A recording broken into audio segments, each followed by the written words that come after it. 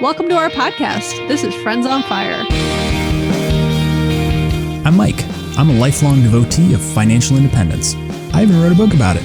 And I'm Maggie, a newer convert, but just as passionate, especially on the intersection of minimalism and financial independence. We're one and the same. We are two like-minded friends who believe that talking about money with your friends and family opens the door to financial well-being. The Friends on Fire podcast is about dispelling myths, building financial acumen, and sharing your financial independence journey with the people you care about. This is Friends on Fire. Hey, Mike. Hey, Maggie. Hi, Jess. Hey. Hi, Jess. Welcome back to the show. Yeah. Thanks for having me. So today we are going to welcome back Jess from the Fioneers. We first interviewed her on episode 42. I had to go back in my notes and look, and I was like, that felt like a long time ago. That was June of 2020, which was almost 2.5 years ago at this point. And I remember talking to you during the episode and then privately after about a lot of my feelings about, like, I was working, I was stressed. It was the heart of COVID then. And I just remember, like, you had a very early and important influence on my journey. So I'm excited to have you back because I follow you along, on the internet, on the interwebs, but I'm excited to see your face and catch up with you and see what you've been up to. So for our listeners' sake, let me give a proper intro and just tell everyone a little bit about you. I would encourage people go listen to episode 42 with you if they haven't, because I think it's a good kind of precursor to this episode. But Jess is a full-time human being, which I love. I hope we all are, but maybe not. Full-time human being, part-time writer and lifestyle design coach. She is co-founder of The Fioneers, which is an award-winning financial independence blog focused on the intersection between financial independence and lifestyle design. She also provides coaching, courses, and retreats on career discovery and lifestyle design for people who want to take unconventional paths and design lives that they love. In her free time, you can find her spending as much time as possible outside, perfecting her sourdough pizza recipe, which I want to hear more about, and road tripping in her campervan, which we're going to talk more about. You are officially living out my tiny house campervan dream. So welcome back. Thanks so much for having me.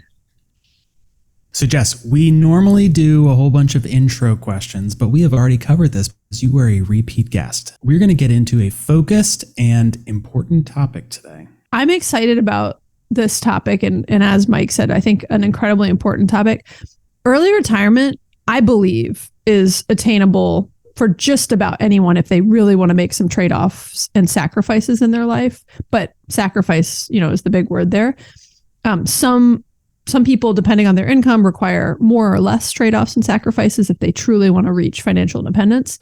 But the reality is, for a lot of people, this feels impossible, overwhelming, and some people just don't want it. They're like, I don't know what I would do with all that free time. And so I think this episode is going to be so important for, like, the masses, quite honestly, because I do think there's a lot of people that want to improve their finances, but they're not truly seeking to, like, quit their job at 42 or something, right? And so I'm excited for this episode for everybody, and I just think that there's something that everyone can benefit from in this discussion. And I'm recently early retired, and I'm going to benefit from this discussion, right? Because the concept of kind of designing your life, which we're going to get into, I think is just so important and truly applies to everyone, regardless of your, quote, kind of early retirement goals or not. So, Jess, we're going to talk for another 15 minutes and then give you a chance to speak. I hope that's okay. I'm just kidding. All right, let's jump in. So, Jess, it's been 2.5 years. What has changed in your life? Wow. So we talked in the summer of 2020. A lot has changed since then. So when I talked to you then, I had just started my business doing career and lifestyle design coaching. And that was something that I was running my very first group program and getting that off the ground. And fast forward 9 months or from that conversation, well, really 9 months from starting the business, 6 months from starting that conversation, I quit my job to take the leap to entrepreneurship. So I've been an entrepreneur for almost 2 years now, and not working any sort of W-2 job and seen some exciting growth and had a lot of fun with not needing to work for a traditional employer and having a lot of flexibility over the last couple of years. Another thing that we did, so in 2021, so we had started talking about, we want, like, one of our goals for FI was to be location independent. And we articulated that goal actually back in 2018 when we started our blog. And that was our true why. And at the time we assumed that we would need to reach full financial independence in order to be location independent. And then over time we realized, hey, maybe that's not necessary. Like, we could make that a reality along the path to FI. And so one thing that we did in 2021 was we did an experiment where we rented a camper van to see what we, like, did we enjoy it? Would we want to travel that way in the future? We had an idea of potentially building out our own camper van in the future, maybe 2024, right? And we took that trip and we absolutely loved it. It was like way better than we even expected it to be. And, we had originally thought, okay, we'll do another longer experiment in 2022.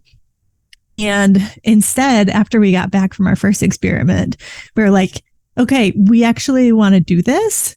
And so we decided within like a couple of months to like buy the van, hire someone to build it out for us. And so we had a camper van built out and designed it ourselves, and took a longer road trip over the summer, and are excited to gear up for more road trips coming up here. Yeah. And then the last thing that I'll mention is that my husband, Corey, actually recently gave notice at his employer that he'll be quitting his job as well in early 2023. Actually, a few weeks before we hit the road on a 3-month road trip in our camper van. So yeah, a lot has changed since we talked last. One thing that I will say is we definitely have learned that we can design the lives that we want before reaching FI. I think in 2020, we were at a place already where we had realized that we had reached coast financial independence. And so we were in a strong position. But even now, we're less than 50% of the way to FI, and figuring out how to design our post-FI lifestyle that we would want now, long before actually reaching that number. Jess, I love it. I have a few follow-ups on stuff you just said. Mm-hmm. Can you define coast-FI for our listeners? Yeah. So coast-FI is, I would say, the point where saving and investing another dollar becomes optional, right? For your traditional retirement. So it's the point where you've already invested enough at your age that it will grow to provide you with a comfortable traditional retirement. You don't need to add another dollar as long as you simply cover your expenses until that period of time. Okay. Yeah. Yeah. I love that term. And you guys, correct me if I'm wrong, you guys coined the term slow FI and coast FI. We coined slow FI. Okay. I definitely heard the term coast FI elsewhere. But we've tried to like trace the origins of it and we can't figure it out. Yeah. We can't figure out who popularized the term coast FI. Certainly. You if not, others, you guys definitely have. Mm-hmm. Okay. Another question. How many hours since you've made this shift to entrepreneurship, just on average, if you even can throw one out, like how many hours are you working on your business? Like, is it part-time, full-time? Just curious what that looks like for you. It's definitely part-time. I would say it's about 25 hours a week. Okay. That I'm working on it. Yeah. So okay. My days are quite chill.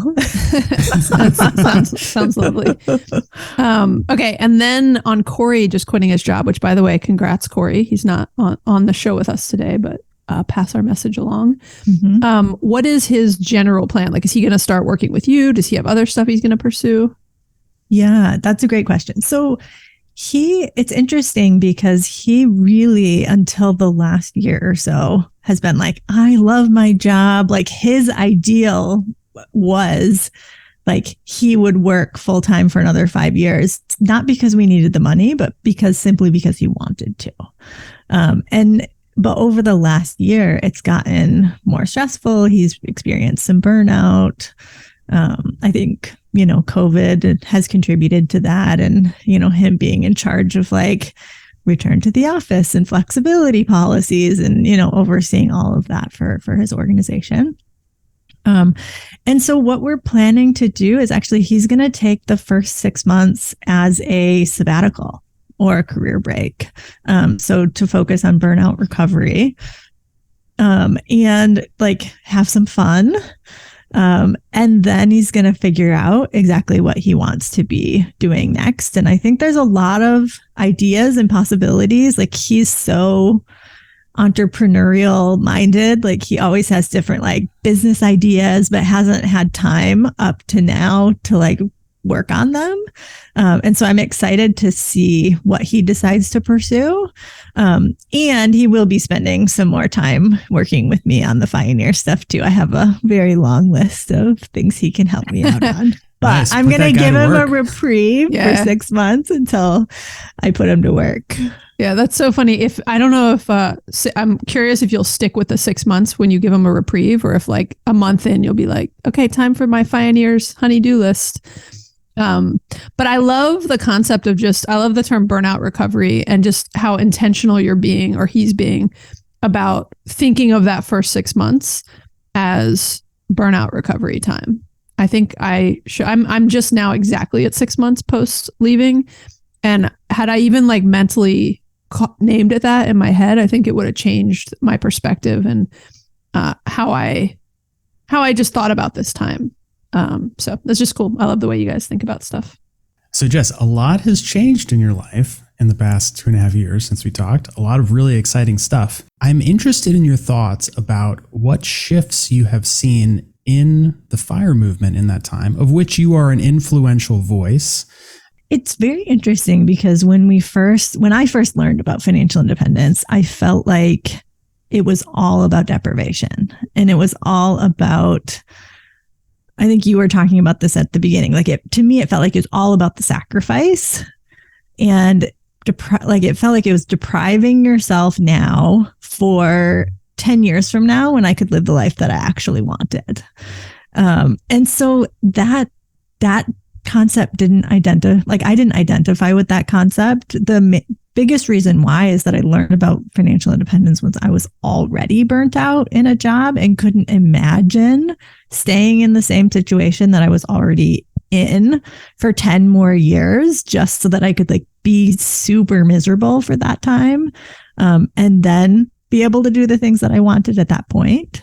And so I thought that there must be a different way to go about it. And then I started hearing people who had reached financial independence start to talk about how they had pursued financial independence at such a fast pace, and that they encouraged other people to do things differently, and realized that like you're not going to get to your magic number and then automatically, like magically, your life is going to be happy and better and joyful, right? That there's all of this work that we need to do to get to that place. And so I started seeing a few like key names talking about that. But there wasn't really anyone doing that, right? It was like the people that had reached FI were saying, do things differently. But I didn't see anyone actually starting to do things differently yet. And so we wanted to be the voices of people who were doing things differently and sharing more and elevating the stories of people who were designing their lives and enjoying the journey as they were working toward their financial goals. And so in terms of the changes that I've seen, I've definitely seen a significant shift in the I think, mindset of people who are pursuing financial independence over the past few years. I think there's still plenty of people who are in that the number is the most important thing camp. But I think so many more people are now realizing that it's not about the number, right? It's about, like, they don't really want financial independence. They want all of the things that financial independence represents, right? They want freedom, flexibility, wealth, right? Those things that will enable them to build the life that they want. And so focusing on that is just as important as getting to your financial goals. Yeah, I love that. So as we get into some other discussions here, I think it would be helpful to clarify for people the difference between financial freedom and financial independence, because I think you and we'll both kind of use some of those terms, and I think they're two different things, and I'd love to hear just kind of your definition and perspective on them. Yeah, so I would say financial independence is the point in which you have enough passive income that can completely cover your lifestyle, so you don't ever need to earn another dollar unless you choose to. Right. Whereas financial freedom, I think, is a much broader concept. I think there's a lot of things along your path to financial independence that can grant you more financial freedom to make different choices. So being debt free allows you to make new choices, like working less or making less because you have fewer expenses, right? Or having what I call FU money, or a solid emergency fund, could allow you to quit a job without a backup plan, or to start a business, or to take a mini retirement, right? Something like that. And then reaching Coast-Fi then provides you with even more financial freedom, because at that point, then you only need to cover your actual costs. So instead of, the 20 to 50% that people pursuing financial independence have going toward investments, at that point, they could say, I want to scale back work to only cover my actual costs. Or similar to us over the last couple of years, you could say, I'm going to invest in making my dream a reality, right? And so we invested, instead of investing in the stock market, we invested a good portion of our savings over the last couple of years in our campervan. That's going to, serve us well in years to come. And so, so financial freedom, I think, is a much broader concept that allows you to make different choices all along your path. Well, and what Corey just did is a great example of that, right? Because he's, like you said, he's going to take those 6 months for true recovery, and then he might do something else, right? He's not going to just sit around and hang out. Mm-hmm. Yeah. Yep. Exactly. Yeah. And with that, I think there's a few things that made us feel comfortable with saying, okay, Corey's going to quit his job. We're not financially independent yet, but we have a number of these financial freedom building blocks in place that enable us to do that, right? So we have that pot of FU money that, I think I recently did the calculations that it's like in cash, we have a year and a half worth of expenses. And that's if neither of us works or generates any income. Right. We would be okay. Right. And that is, that's financial freedom, that year and a half. Mm-hmm. Yeah, exactly. And then there's knowing we're Coast-Fi, right? And so we know we don't need to invest another dollar, and we'll still have a comfortable traditional retirement. So we don't need to be worried about future Jess and Corey, right? In terms of that. And then the last is knowing we have different income streams as well. And in our business, we have different income streams. And so that makes us feel like it feels just a lot less scary to make a change like this, because it's not like we're not dependent on one source of income that could dry up, right? At any moment. If something dries up, we have these other sources of income that we could focus on building up. And so I think those three things made us feel really confident to be able to move forward. So Jess, thinking back, I realize now that we reference you and your blog quite frequently on our podcast. In fact, we talked about you just a couple weeks ago when we were talking about a concept called the arrival fallacy. Have you heard about this before? Mm-hmm. And so, we discussed how closely tied it is to one of your sayings that the journey to financial independence should be as remarkable as the destination, which we really love. And again, we talk about all the time. And so I'm curious to hear how you are helping put that into practice for people. So you're doing some coaching now. What is the framework that you use to help clients design their life? So I use a lifestyle design framework that's really more of a cycle, right? So it's something that is continuous as we continue to learn and grow and take action. But the 3 stages of that lifestyle design process, the first one is to identify the elements of your ideal life. And so that is really figuring out what it is that you truly love to do, right? What kind of activities bring you joy? 2, what are your core motivations? What gets you up in the morning every day?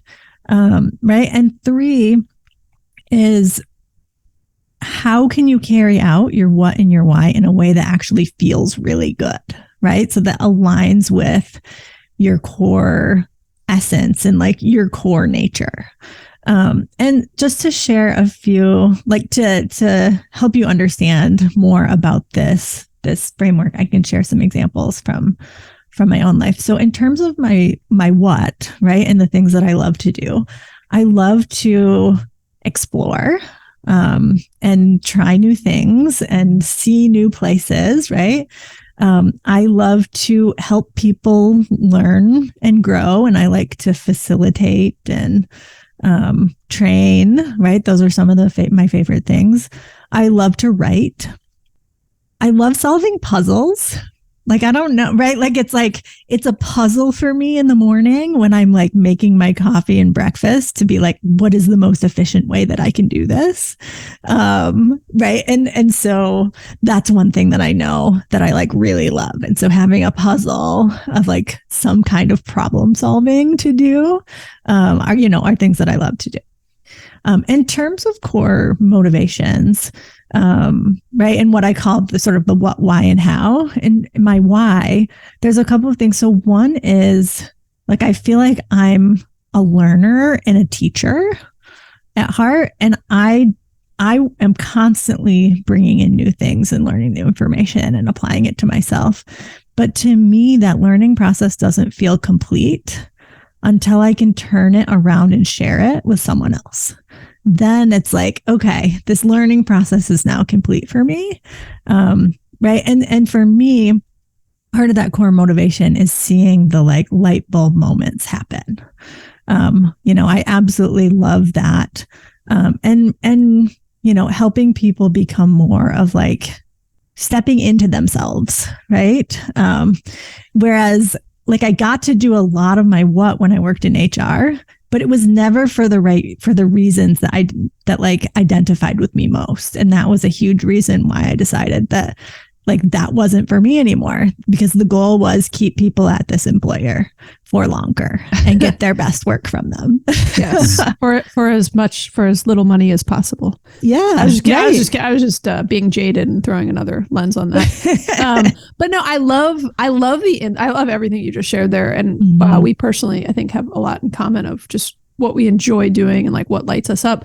But I love the insight of that you realized you don't get as much from the learning of things if you can't share it with someone else, and that it's almost like you need both elements of that, because that is a really meaningful insight that clearly has shaped you getting into coaching and just your blogging and how you've been sharing it with people. But that those sorts of nuggets and insights, I think, are so important to be able to realize about yourself, to then use that to design your life to do things that fill you up and don't empty you.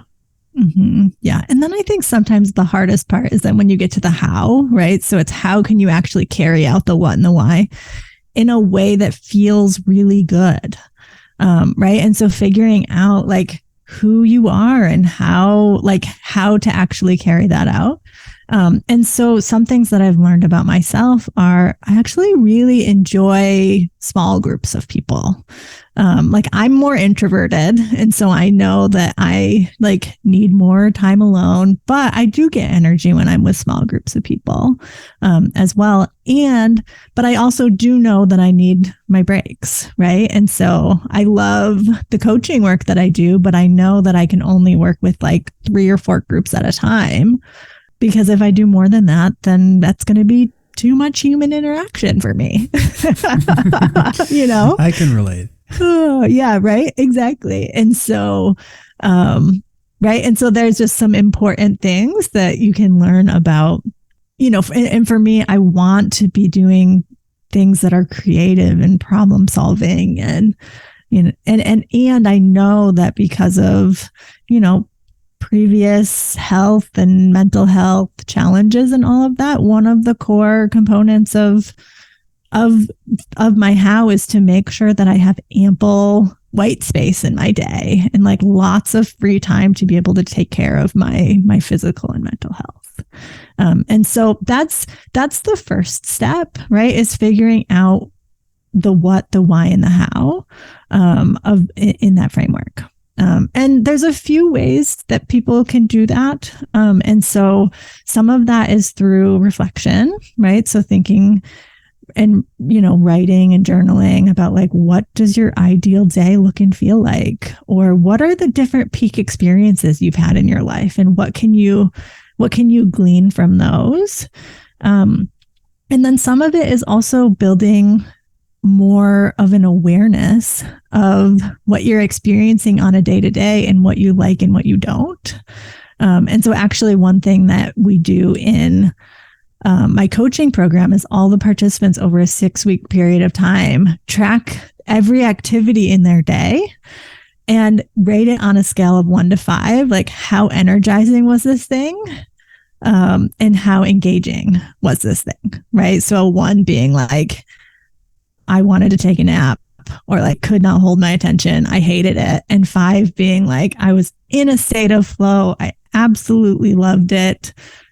Time seemed to fly by. I had more energy afterward than when I started, right? And learning about that can help you get a sense, 1, of, right, starting to realize that there are things that you actually like that you do, right? Sometimes we think of work or we think of life as all or nothing, things are going well or they're not going well.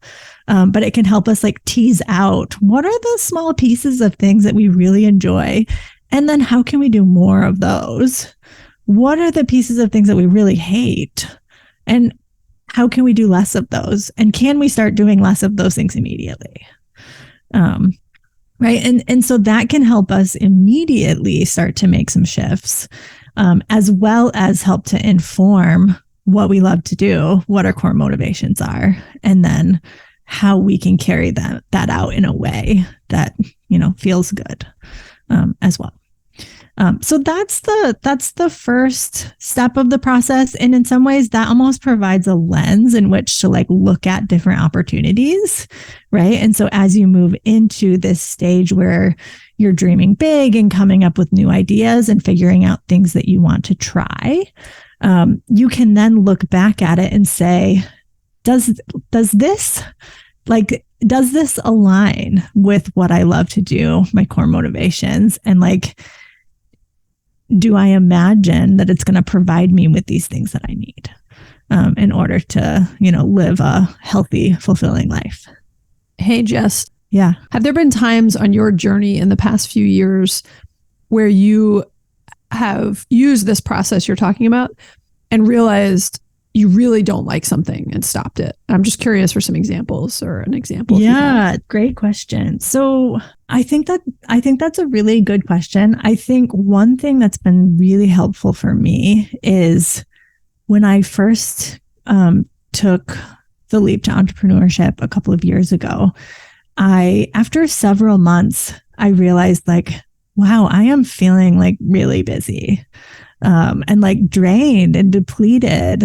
And so one thing that I started to do on a regular basis, and I created a monthly checkpoint to reflect and to say, like, how is my business feeling to me? And is this what I want to be doing? And at the pace that I want to be doing it at, right? And all of that. And so that's actually helped me a lot to, like, I wouldn't say I've gotten to a point of saying like, oh, I really hate this thing that I'm doing, right? Because I'm doing it monthly, it's helping me realize things as they're coming up so that I can make the change before it becomes so critical, if that makes sense. So yeah, like recently, yeah.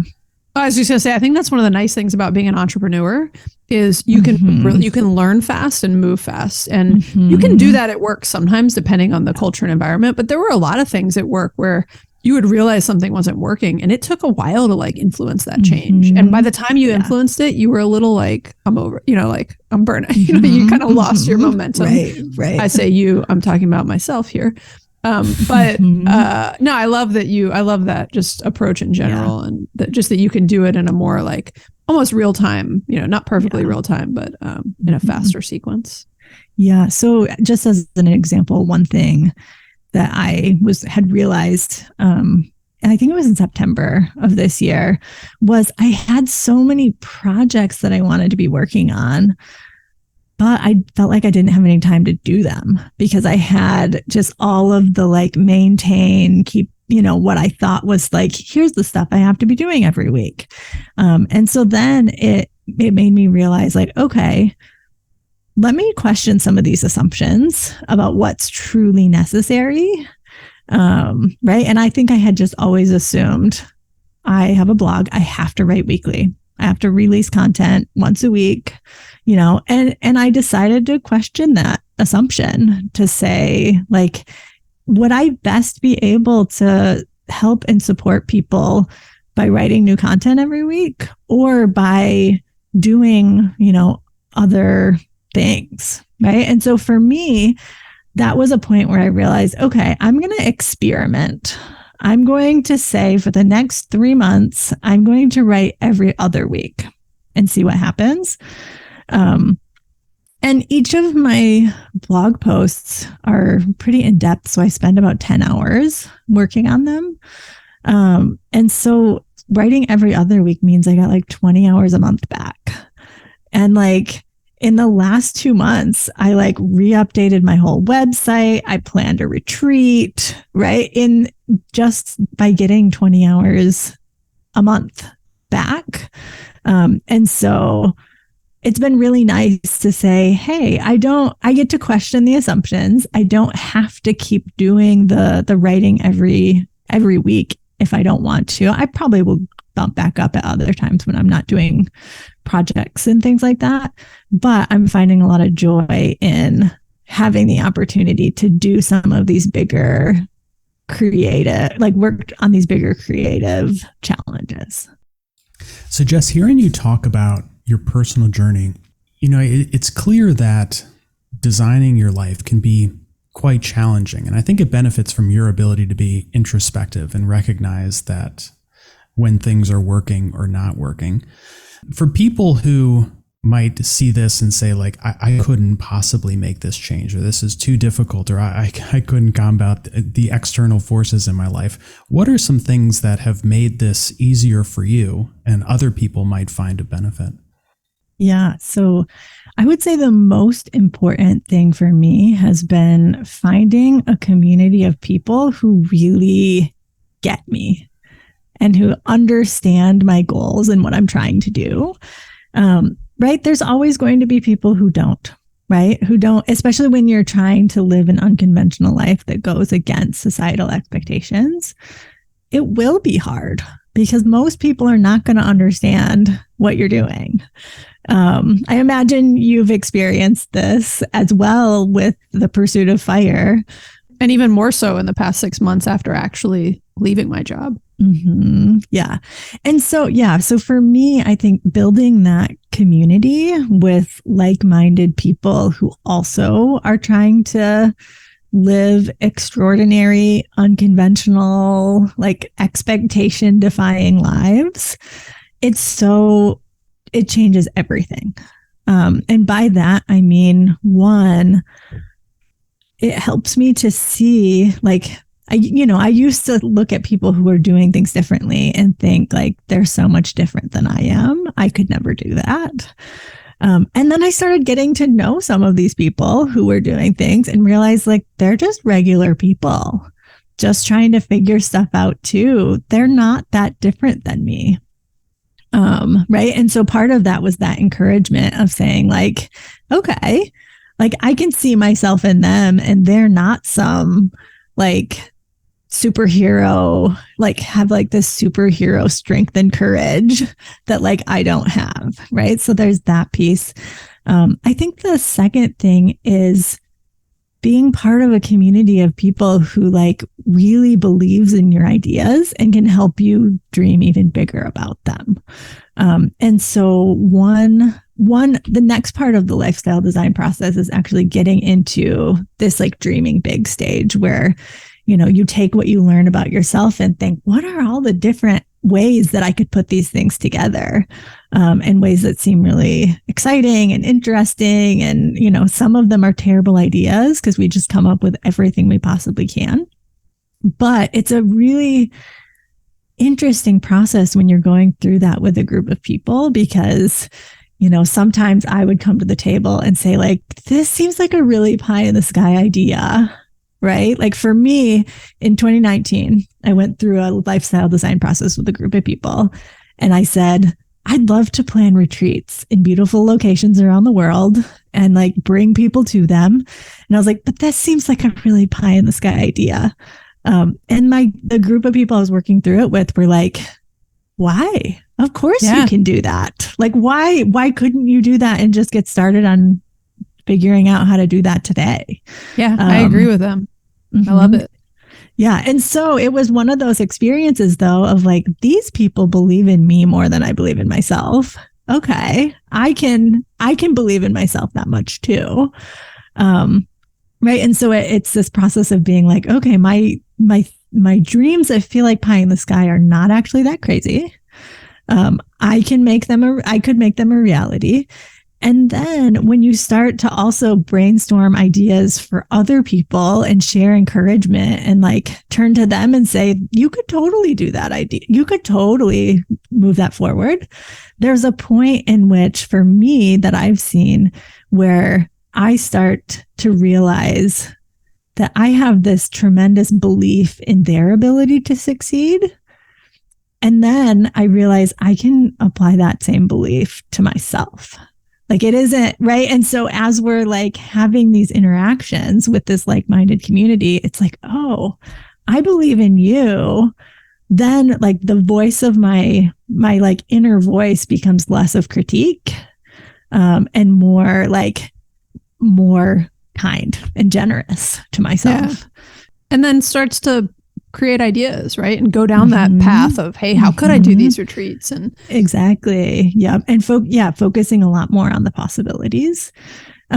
So then I would say the last piece around the lifestyle design process then is when you come up with a bunch of ideas, some of them might feel pie in the sky or like, how could I ever do this?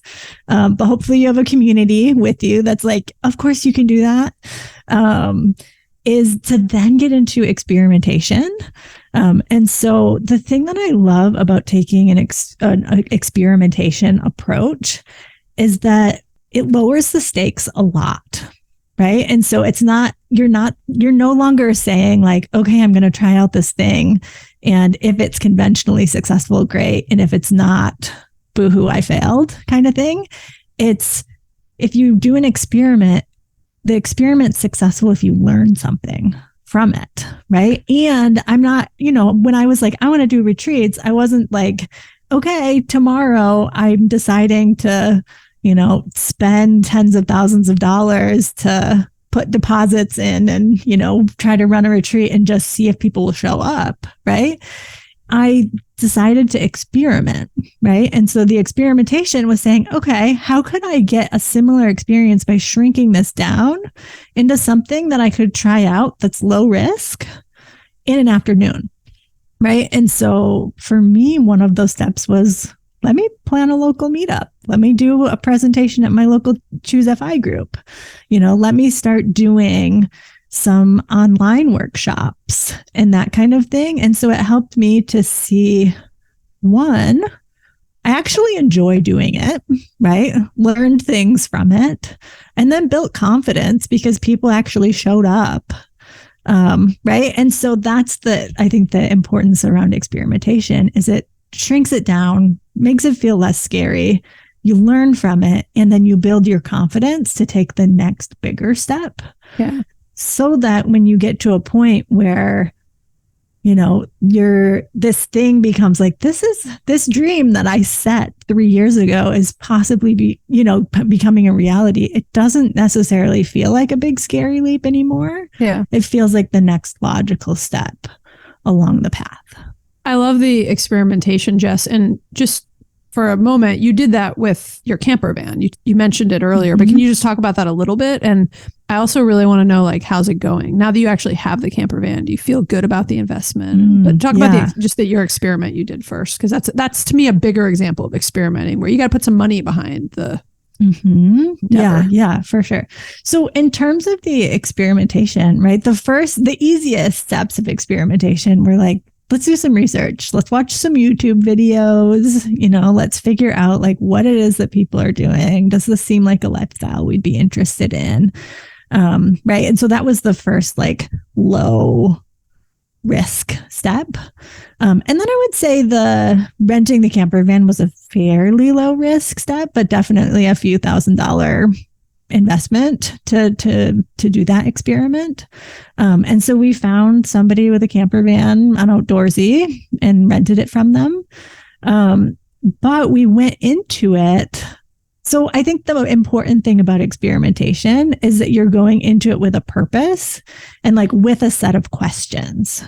Right. And so you can say with the retreat example or with the camper van example, right? You come up with this idea and then make a list of what is every question that I can think of that I have about this thing, and how can I answer those questions through experiments, right? So we went into it wondering and asking ourselves, is this a lifestyle that we are interested in pursuing? How would we want to set up our own camper van? What did we like about this one? What did we not? Did we, a number of different questions to answer, right? Going into that experiment.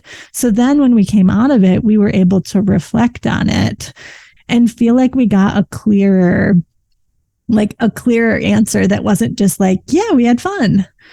Right. We came out with a clear answer of yes, we love this lifestyle. This is something that we would want to do more of. And we've assessed yes, we think this is a good size, but we would want this, and this in the van, as opposed to, to all of those different things. And so we were able to make some decisions based on that as well for how we would move forward. And then I think you also asked about how's it going now? Yeah. Now that you put this, because you published the amount that you spent on this. Do you mind sharing that? Yeah. That you spent on the what was custom it? build out. It was over $100,000, or was that it was 100? It was more than that. Oh, okay. Maybe it was the car itself. I think so. The van itself, I think, was 60-ish. Okay. The build materials were 60-ish. And then the cost of labor was about 30. So it was about $150,000 all in. All in. Okay. Now, how do you feel? Are you a year into that? We're 6 months in. 6 months. Having it. But how do you feel? You haven't even done your big 3-month trip that you're talking about doing. We did a bunch of smaller trips, including a 3-week trip over this past summer. We love it. We are so happy and excited about it, right? There's definitely quirks and little things that we're working out, but we absolutely love that as a way to travel. Like it just feels slower. Even though we're doing a lot and seeing a lot, like we get to make our own food and we can spend the afternoon like going and parking at a beautiful park or a beautiful scenic overlook for like 4 hours in the afternoon, to just relax, but in a really beautiful location. And so, yeah, we definitely loved the what we got to do this summer. And then we're really excited to embark on the longer trips. And so we've actually been starting to think, and, we're planning out that 3-month trip, and also seeing that as an experiment too, right? Like that's the next bigger experiment to see, like, do we want to do more of that? And how does it feel to work from the road, right? And so we're starting to plan ahead to say, okay, we want to do a lot of travel and, we want to do a lot of exploration, but like, what's the right pace in which to go? And do we want to do activities in the morning and work in the afternoon? And how does that feel? And so we have, still a number of questions as we're going into this trip, and then we'll adjust as we go as well.